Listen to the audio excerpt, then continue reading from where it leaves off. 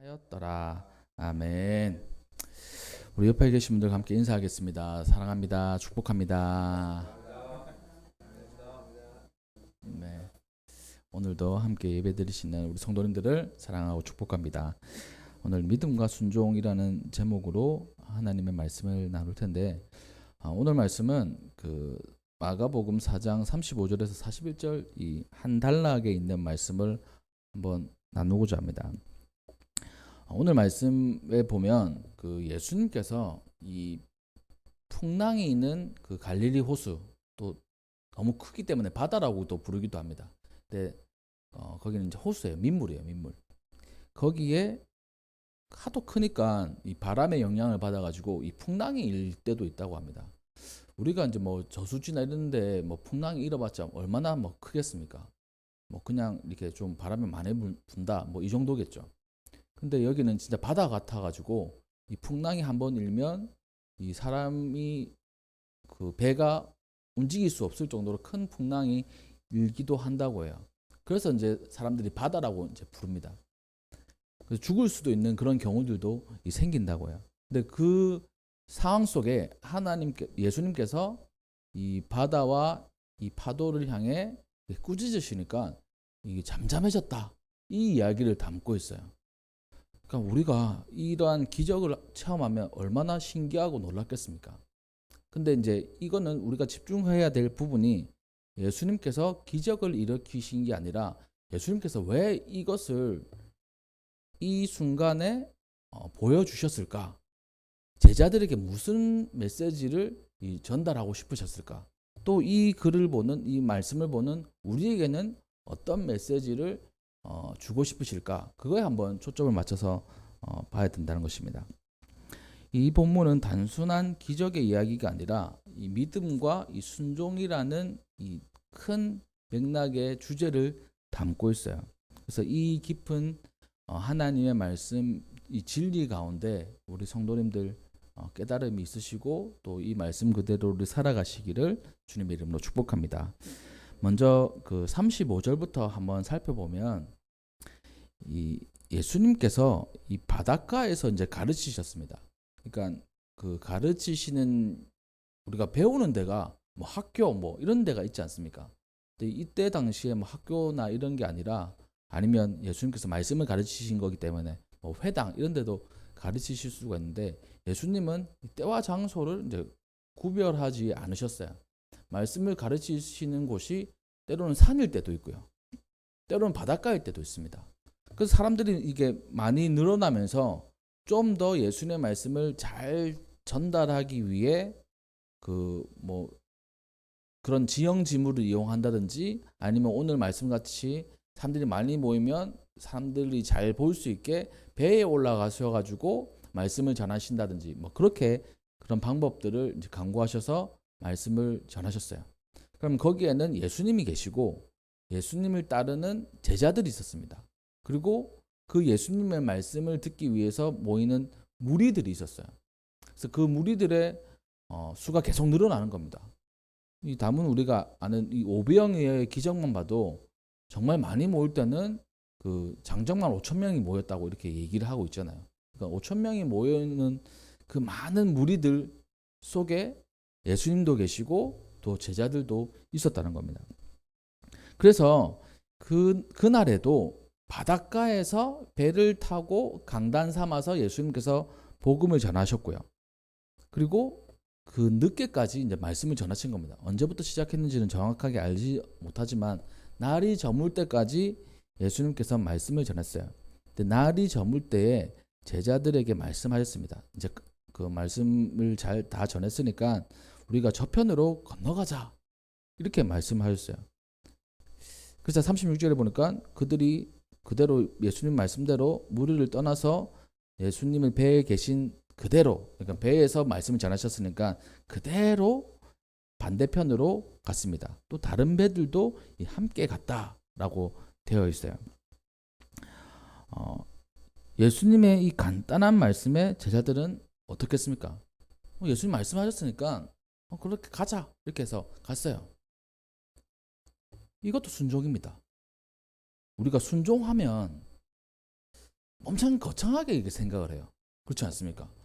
우리의 결단과 그리고 우리의 그 고민 이런 것이 담겨 있어 가지고 순종해야 된다. 은연중에 그런 마음이 있어요. 근데 간단하게 생각하면 예수님 말씀대로 하는 것이 바로 순종입니다. 오늘 본 말씀 첫 번째 아무 이 질문 없이 그냥 예수님께서 저쪽으로 가자라고 하니까 제자들이 저쪽으로 간 거예요. 이게 이 순종의 첫 번째 그 요소입니다. 별 생각 없이 예수님께서 말씀하셨으니까 난 그냥 그대로 하는 거야. 우리 성도님들의 삶 가운데 이 순종이라는 그 단어를 떠올릴 때 어떻게 보면 나의 결단이 필요하고 또 고민이 필요하고 또 엄청 거창하게 생각하셨다면 오늘 본문 말씀의 35절 36절을 통해서 이 순종을 다시 한번 더 생각해요. 그냥 말씀대로 그냥 하는 거구나. 이렇게 좀 가볍게 먼저 생각을 해야 된다는 겁니다. 왜냐하면 이거는 생각할 필요가 없어요. 예수님께서 가자고 하셨으니까 그냥 가면 되는 겁니다. 제가 이제 부모로서 우리 자녀들에게 이렇게 어떤 이야기 또 이렇게 명령이라 해야 되나요? 이렇게 얘기를 합니다. 그러면 들을 때도 있고 안 들을 때도 있어요. 이빨 닦아라 이렇게 얘기를 하면 이빨 한 번에 닦는 애가 별로 없습니다. 한 두세 번 얘기를 해야 슥 일어나가지고 이제 이빨 닦는 신용을 딱 해요. 그런 거와 똑같아요. 그러니까 예수님께서 가자 하시면 가는 게 바로 순종입니다. 또 말씀하시고 또 말씀하시고 이걸 내가 해야 되나 말아야 되나 이걸 고민하는 거 없이 그냥 그대로 가는 거예요. 이게 바로 순종이라고 말씀을 하고 있습니다. 35절 36절은 그냥 이 기적이 일어나는 배경을 설명하는 것이 아니라 이 제자들이 순종할 수 있는 사람이었다는 것을 보여주는 거예요. 그냥 넘어갈 수도 있는 말씀입니다. 그렇지 않겠습니까? 35절 36절 예수님께서 저쪽으로 가자 하셔서 이쪽으로 가는 가운데 큰 그 풍랑이 있었다. 배경을 설명하는 것인데 원래 35절 36절은 바로 제자들은 순종할 수 있는 사람이었다는 것을 보여주는 겁니다. 그리고 우리에게 이 순종이라는 것이 어떤 것인지를 보여주는 거예요. 그들의 목적지가 어디인지 왜 가야 하는지 묻지 않았습니다. 그저 주님의 음성에 순종했을 뿐이었던 겁니다. 이 순종이란 것은 완전한 이해에서 시작되는 거 아닙니다. 순종은 신뢰에서 시작되는 거예요. 저 사람을 믿기 때문에 저 사람이 하는 얘기를 내가 듣는 거야 라고 하는 겁니다. 아빠가 나에게 안 좋은 거 얘기하겠어? 하고 그 이야기 그대로 하는 거예요. 저희 남자애 두 명이 저희 본가가 이제 마산인데 마산에 이제 한 달에 한 번씩 자고 옵니다. 금요일 가서 토요일 자고 오는데 대개 제가 데려다 주고 데리고 와요. 그래서 어제 같은 경우는 내가 그냥 알아서 와라 이렇게 했어요. 이제 중학생도 있고 하니까 그래서 네 알겠습니다 하더라고요. 그래서 알아서 왔어요. 버스를 타고 그러니까 그 버스비는 줘서 보냈긴 보냈는데 버스를 타고 왔어요. 그냥 아빠가 시키니까 그렇게 하는 겁니다. 엄청 불편하고 힘들겠죠. 덥기도 덥고 버스가 이렇게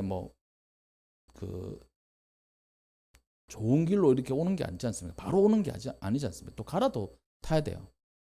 어떻게 보면 창원시에서 김해시로 넘어와야 되는 거기 때문에 약간 번잡하긴 번잡합니다. 근데 이제 잘 왔어요. 아빠 말에 그냥 순종을 한 거죠. 또 이제 좀 컸고. 근데 이제 두 명이니까 그렇지. 막내한테 네 혼자 와라 하면 제가 올 수 있을까? 아빠 저 아직 어린데요. 아마 이렇게 얘기할 거예요. 무서운데요. 그때는 형이 있어서 그렇지 저 혼자는 아직 멀었습니다. 이렇게 되는 거죠. 우리가 하나님 말씀을 들을 때도 그냥 들으면 그대로 순종하는 겁니다. 근데 저 할 수 없는데요. 이렇게 시작돼 버리면 이 순종에서 좀 더 생각해야 되고 고민이 깊어지는 겁니다. 이 본문 말씀에 이 제자들은 이 말씀에 대해서는 생각하지 않았어요. 그냥 저쪽으로 가자고 하니까 간 겁니다. 저편으로 건너가자라고 말씀하시는 순간 그들의 생각은 저쪽에 뭐 가야 될 일이 있는가 보다. 저 왜 갈까? 이런 것들 생각하지 않고 그대로 말씀대로 했던 겁니다. 우리에게도 그런 경우들이 생길 수 있어요. 저편으로 건너가자.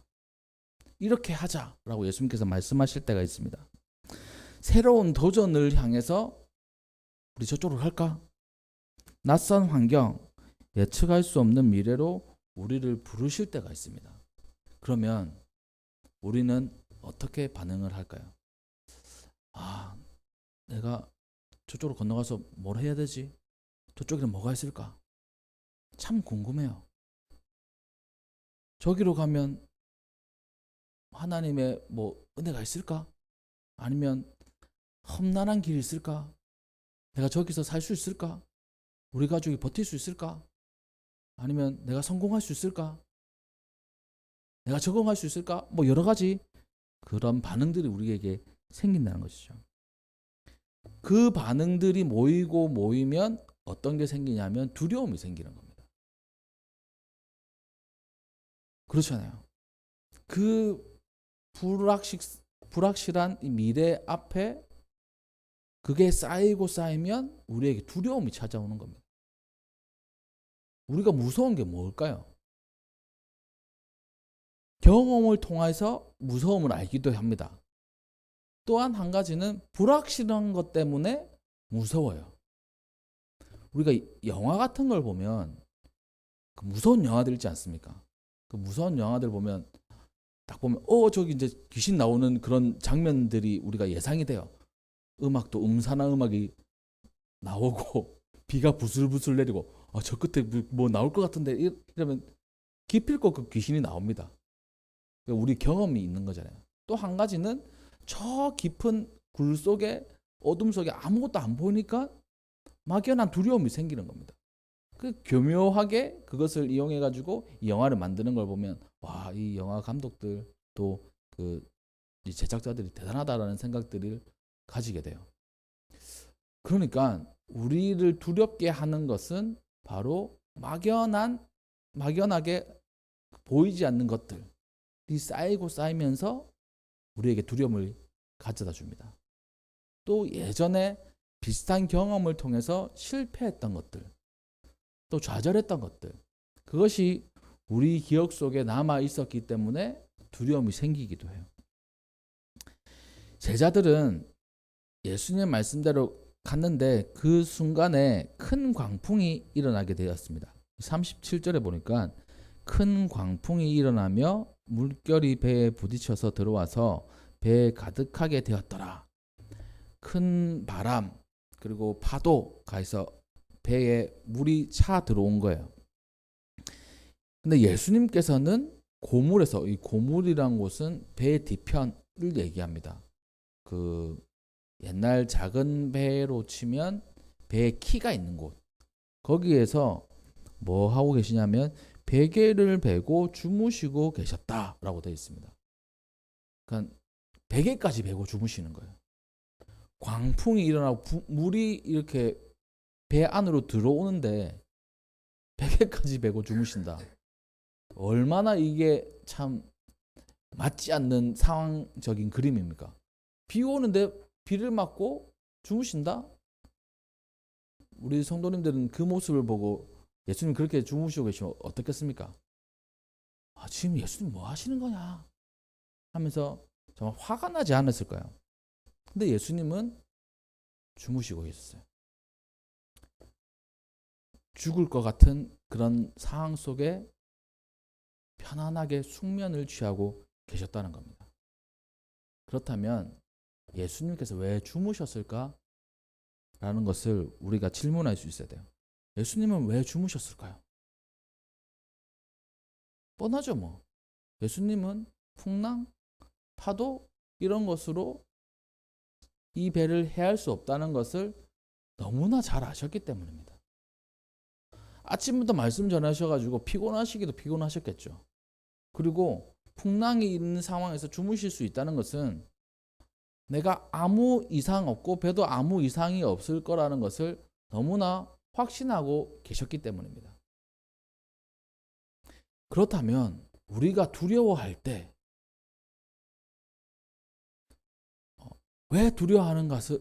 왜 두려워하는가를 한번 살펴본다면 이 예수님의 모습을 보고 우리가 깨달을 수 있어야 돼요. 우리가 예수님과 함께 한다면 예수님 우리 망하게 하지 않습니다.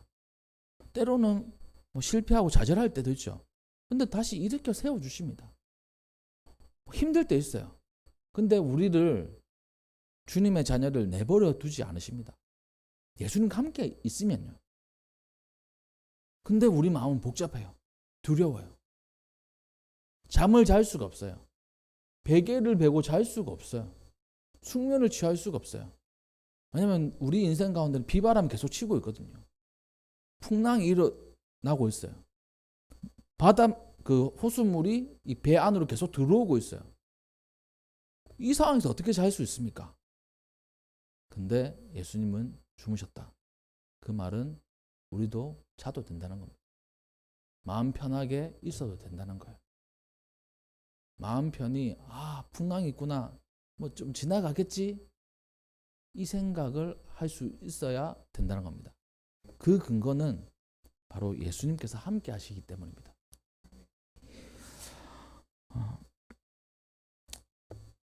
어떻게 보면 무관심이라고 볼 수 있었을 거예요. 근데 이것은 완전한 평안의 모습을 몸소 보여주신 겁니다. 하나님께 대한 완전한 신뢰를 예수님께서 보여주신 거예요. 그와 같이 제자들도 예수님에 대한 무한한 신뢰를 보여주기를 원하시고 그렇게 살기를 원하셨던 예수님의 마음이 담겨져 있는 것입니다.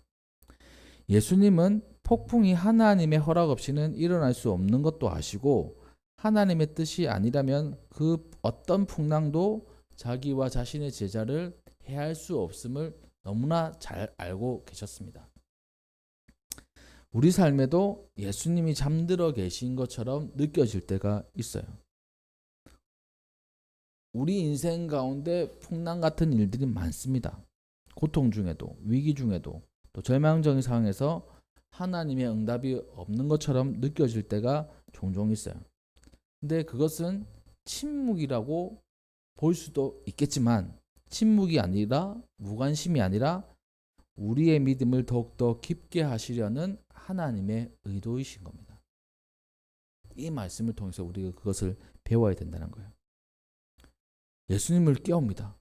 예수님, 우리가 죽게 되었습니다. 왜 우리를 돌보지 않으시는 겁니까? 사실 이제 우리가 제자들 중에는 어부들 많잖아요. 예수님은 목수입니다. 목수. 인간적으로 보면 목수 한 명 깨운다고 이거 이게 해결되겠습니까? 안 되잖아요. 인간적인 눈으로 볼 때. 근데 제자들은 예수님을 깨웠어요. 예수님, 우리가 죽게 된 것을 돌보지 아니하십니까? 이 뜻은 무엇일까요? 우리 좀 살려주세요 라는 그런 의미가 있겠죠. 또 두 번째는 지금 평안하게 잠만 자고 계실 때입니까? 지금 우리 다 죽게 생겼는데 이런 마음도 있었을 거예요. 예수님께서 그 소란한 풍랑과 비바람 속에서는 일어나지 않으셨는데 이 제자들이 깨우니까 일어나셨어요. 그러니까 이게 참 신기하죠. 그 많은 위기 속에는 예수님 가만히 계십니다. 근데 제자들이 다급한 음성 속에 예수님께서 일어나시는 거예요. 그럼 우리에게 주시는 메시지 있습니다. 많은 분들이 이렇게 얘기해요. 진짜 힘든 일이 생기면 기도할 힘도 없다라고 얘기를 합니다. 기도하지 않으면 하나님, 예수님 일어나지 않으세요. 우리가 그 진리를 깨달아야 됩니다. 하나님 다 아시죠? 우리가 뭐 굳이 얘기 안 해도 다 아시지 않겠습니까? 근데 깨워야 돼요. 하나님께 기도해야 돼요. 예수님을 불러야 돼요. 다급한 마음으로. 진짜 다급한 마음으로 불러야 됩니다. 이거는 조금 다른 다급함이죠. 그러니까 평안하게 있으면 기도할 필요 없습니다. 근데 우리가 진짜 다급하니까 예수님을 깨우는 거예요. 그때 예수님께서 일어나셔가지고 뭐 어찌된 일이냐 이렇게 물어보시지도 않고 당연하다듯이 깨어서 바람을 꾸짖으셨습니다. 어떻게 꾸짖으셨을까요? 지금 자고 있는데 왜 깨워? 이렇게 꾸짖으셨어요. 바람이 이제 그 바람을 좀 인격화한다면 예수님 보고 예수님 저는 제 할 일 하고 있는데 왜 꾸짖고 그러세요? 그렇게 생각할 수도 있겠죠. 근데 예수님께서 꾸짖으셨다 말씀하십니다. 또 잠잠해라 이렇게 말씀하셨어요. 두 가지 말씀하십니다.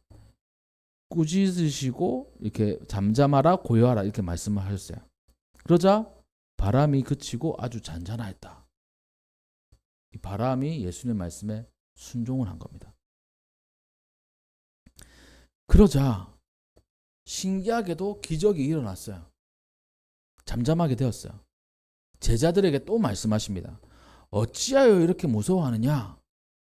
어찌하여 믿음이 없느냐? 어떤 사본에는 이렇게 기록되어 있다고 합니다. 어찌하여 믿음이 없느냐가 어찌 아직도 믿음이 없느냐? 이 말은 어떤 메시지일까요? 왜 무서워하느냐? 이거 나와 함께 있으면 안전하다는 거 몰라? 또 아직까지도 왜 믿음이 없느냐? 지금 오랫동안 내가 믿음에 대해서 설교하고 천국에 대해서 설교하고 나와 함께 있는 것을 보면서 왜 아직까지도 믿음이 없느냐? 제자들에게 말씀하십니다. 또 우리에게도 말씀을 하시는 거예요. 바람과 바다를 잠잠케 하신 후에 예수님은 제자들에게 물으셨습니다. 어찌해서 무서워했느냐? 어찌 믿음이 없느냐? 이 질문 속에는 예수님의 어떻게 보면 아픈 마음이 담겨져 있는지 모르겠어요. 그동안 함께 지내면서 보았던 기적들, 예수님의 이 능력, 또 예수님이 어떤 분이신지 그런 것들을 많이 체험을 했지만 아직도 두려워하는 제자들의 모습, 또 예수님에 대한 믿음이 아직도 없음을 책명하시면서 동시에 그 믿음이 자라나기를 원하시는 그 예수님의 마음이 담겨져 있다는 겁니다. 믿음은 단순히 기적을 믿는 게 아니에요. 믿음은 하나님의 주권, 또 하나님의 무한한 사랑을 끊임없이 신뢰하는 겁니다. 하나님의 자녀를 주님께서 내버려 두지 않으신다는 절대적인 신뢰를 기반으로 그 하나님을 믿는 거예요. 어떤 상황 속에서도 하나님이 우리와 함께 계시고 우리를 사랑하시고 좋은 길로 또 최선의 길로 인도하신다는 겁니다. 때로는 돌아가는 길이라고 해도 최선의 길이에요. 우리가 그 쇼컷이라고 하죠. 지름길. 대개 내비게이션은 가장 빠른 길을 알려주지 않습니까? 근데 그 가장 빠른 길이 때로는 가장 먼 길이 될 수 있습니다. 때로는 가장 먼 길이 가장 빠른 길이 될 수 있어요. 저도 이제 그런 경우들이 있습니다. 제가 아는 길은 잘 아는 길은 이쪽으로 막히니까 이제 돌아가면 좀 더 빠르지. 이런 거 아는 분들 많잖아요. 근데 때로는 이렇게 돌아가는 게 막힐 때가 있어요. 저와 같은 생각들을 가진 많은 분들이 생겨가지고 저희 집이 이제 서마산 인터체인지 앞에 있는데 거기는 상습 정체 구간입니다. 요즘에 좀 나아졌는데 옛날에는 진짜 많이 막혔어요.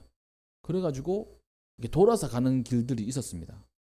근데 그 돌아서 가는 길은 그 주택가로 들어가야 되는 길들이 있잖아요. 원웨이입니다. 차를 마주하면 이게 낭패인 거예요. 딱 그런 경우들이 생깁니다. 그러니까 우리가 생각할 때 이 길이 아니고 돌아가는 길 같은데 하나님의 입장에서는 우리에게 최선인 길이 있는 거예요. 지금 우리에게 풍랑이 우리는 없으면 좋겠지만 때로는 하나님께서 길 가운데 풍랑을 내가 두셨던 것은 우리에게 이 최선의 이 길이기 때문에 두신 이유입니다. 피해가고 돌아가서 쉬운 길로 가면 참 좋겠죠. 근데 우리에게는 믿음의 성장이나 또한 우리 삶의 성장은 없어요. 풍랑 하나 지나보면 경험치가 쌓입니다. 믿음의 경험치가 쌓여요. 그래서 그 많은 그 기업들에서 이 경력자를 뽑는 이유가 그 중에 하나, 그거 하나지 않겠습니까? 경험 있는 사람들이 어떠한 일들이 생겨났을 때 대처하는 거. 신입들보다는 좀 더 낫잖아요. 물론 신입들도 잘하는 경우들도 있지만. 그래서 제가 이제 그 실습을 이제 마쳤는데, 제가 40대인데 중반이지 않습니까? 그 저를 지도하시는 분도 40대 중반이 저보다 저하고 이제 동년배인 것 같아요. 근데 그분이 하시는 말씀이 나머지 그 친구들은 다 22, 23 이렇게 대학생들. 저는 아저씨. 그 01년생이라고 하더라고요. 그래서 내가 저는 원래 학번이라면 01학번입니다. 이렇게 얘기를 했어요. 깜짝 놀라더라고요. 아, 그래요? 그러면서 그 지도하시는 분이 이렇게 얘기를 하더라고요. 제가 뭐 발표하는 게 있었는데 그 서류는 간단하게 이렇게 돼 있었습니다. 뭐 느낌점, 소감, 뭐 평가 이런 걸 간단하게 적었어요. 근데 이제 발표를 한 5분 정도 해라고 하는 겁니다. 그래서 그걸 토대로 이제 5분 이렇게 발표를 했어요. 했더니만 그분이 하시는 말씀이 서류는 간단한데 5분 동안 하시는 거 보고 이 노련미가 있다고 이렇게 얘기를 하시는 겁니다. 그래서 그때는 제가 목사인 걸 몰랐거든요. 그래서 제가 목사인 거로 얘기를 안 했었어요. 아, 그 제가 이렇게 발표하게 될 줄 모르고 그냥 한 장에 써야 된다고 해서 쓰고 5분 동안 발표하러 가니까 좀 더 첨부를 했습니다. 저는 뭐 설교하는 게 일인 사람이기 때문에 말은 뭐 이렇게 잘 둘러대잖아요. 하여튼 그렇게 했습니다. 그러니까 그러면서 그 분이 하시는 말씀이 이거였어요. 그러니까 그 연세가 있으셔가지고 뭔가 좀 못 따라올 수도 있었음에도 불구하고 그 노련함으로 그 문제를 해결한 그런 뉘앙스로 이렇게 말씀을 하시더라고요. 그래서 뭐 그런 거 맞다고 이렇게 했던 기억이 있습니다. 그러니까 우리가 이 경험이 쌓인다는 거 이거 무시 못합니다. 이 신앙의 경험들, 체험들 쌓인다는 거 무시 못해요. 그 치료받은 하나님께 치료받은 분들 병이 생기면 좀 두렵긴 두렵겠죠. 근데 그 경험이 있는 분들은 다른 분들보다는 그 병에 대한 관점이 다릅니다. 또한 완전 폭삭 망했는데 하나님께서 다시 일으켜 세우신 분들 그 삶에 도전하는 거나 하나님 또 신앙에 대한 이 태도가 완전히 달라요. 체험이 그만큼 중요한 겁니다. 그런데 그 체험만으로도 안 되는 게 있어요. 그 체험이 많다고 해도 우리 삶에 어려움들이 생기면 두려움이 생긴다는 겁니다. 그렇게 제자들에게 왜 무서워하느냐, 어찌하여 믿음이 없느냐 이렇게 꾸짖으셨어요. 41절 말씀에 마무리합니다. 그들이 심히 두려워합니다. 와, 저분 진짜 도대체 누구길래 바람과 바다도 순종하는가? 이렇게 하면서 이 얘기가 끝나요. 이 말씀을 이제 정리를 하겠습니다. 믿음과 순종이라고 했을 때 제자들 순종의 사람입니다. 아무 생각 없이 예수님 말씀대로 이렇게 갈 수 있는 사람이었어요. 저편으로 가자라고 했을 때 저편으로 갔던 것처럼요. 그런데 제자들은 그것에 그쳤어요. 진짜 큰 일이 생겼을 때는 이 순종의 마음, 믿음의 마음이 없는 겁니다. 예수님께서 꾸짖으십니다. 바다와 바람을 꾸짖으셨는데 바다와 바람을 꾸짖으신 게 아니라 믿음 없는 제자들 그리고 우리들에게 꾸짖으시는 거예요. 아직까지 두려워하느냐? 아직까지 믿음이 없느냐? 우리에게 또 말씀하십니다. 잠잠해라, 고요해라 라고 말씀하시는 거예요. 이 말은 뭘까요? 많은 삶의 문제 앞에 그것을 떠들어대는 게 아니고 조용히 하나님의 인도하심을 바라봐라 라는 것을 알려주고 계신 것입니다.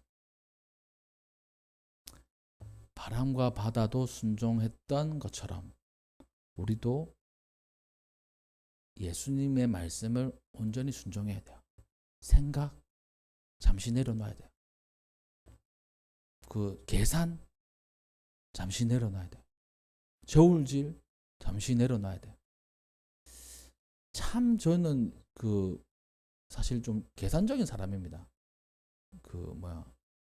어떻게 보면 계산을 하지 않으면 인생을 살아갈 수 없잖아요. 예를 들어서 그렇습니다. 한 달 사는 것도 계산을 해야 돼요. 꼭 헌금은 어느 정도 해야 되고, 우리가 카드를 어느 정도 써야 되고, 또 우리 나가는 그 공과금 이런 것들 하면 어느 정도 계산을 써야 되지 않습니까? 근데 어느 순간부터 저는 이제 계산하지 않아요. 그래야 하나님의 하나님의 은혜를 좀 더 체험할 수 있습니다. 왜냐하니까 제가 계산하면 제가 살아가는 거더라고요. 제가 계산을 내려놓으니까 하나님께서 알아서 계산해 주세요. 지금까지. 좀 신기하더라고요. 하나님 온전히 신뢰하는 거. 하나님의 자녀를 죽이시지 않으신다. 하나님의 자녀를 어떻게 해서든 이끌고 가신다. 이거에 대한 완벽한 신뢰. 저는 아직까지 멀었지만 그거에 이제 가까이 이제 가고 있는 저의 모습을 봅니다. 우리 성도님들도 그랬으면 좋겠어요. 바람과 풍랑 우리 삶 가운데 있을 수 있지만 하나님께서 함께 하시면 그거 지나갑니다. 그거 멈춰져요. 그리고 체험하게 됩니다. 믿음의 체험을 우리가 하게 되는 거예요. 잠잠하라 고요하라 이 말씀은 자연에게만 하신 것이 아닙니다. 오늘도 우리의 두려움과 염려 속에 또 우리의 불안과 절망 속에 주님께서는 말씀하십니다. 내가 있으니까 잠잠해라, 고요해라. 믿음으로 순종하고 순종으로 믿음을 키워나가는 것이 바로 우리의 모습이 되어야 될 것입니다. 풍랑이 와도 잠들어 계시는 것처럼 보이는 주님을 온전히 신뢰하는 우리 성도님들 되시기를 주님의 이름으로 축복합니다. 예수님은 결코 우리를 버리지 않으세요. 예수님을 믿는 사람들을 결코 버리지 않으십니다. 가장 좋은 때에 일어나셔서 우리의 모든 풍랑을 잠잠케 해 주실 것입니다. 바람과 바다도 순종하는 그 주님이 바로 우리의 구세주이시고 우리를 이끄시는 왕이 되십니다. 그분 앞에 우리 모두 두려움을 내려놓고 믿음으로 순종으로 나아가는 제자의 모습이 되어야 될 것입니다. 이번 한 주 그러한 모습으로 살아가시는 우리 성도님들 되시기를 주님의 이름으로 축복합니다. 네, 기도하겠습니다.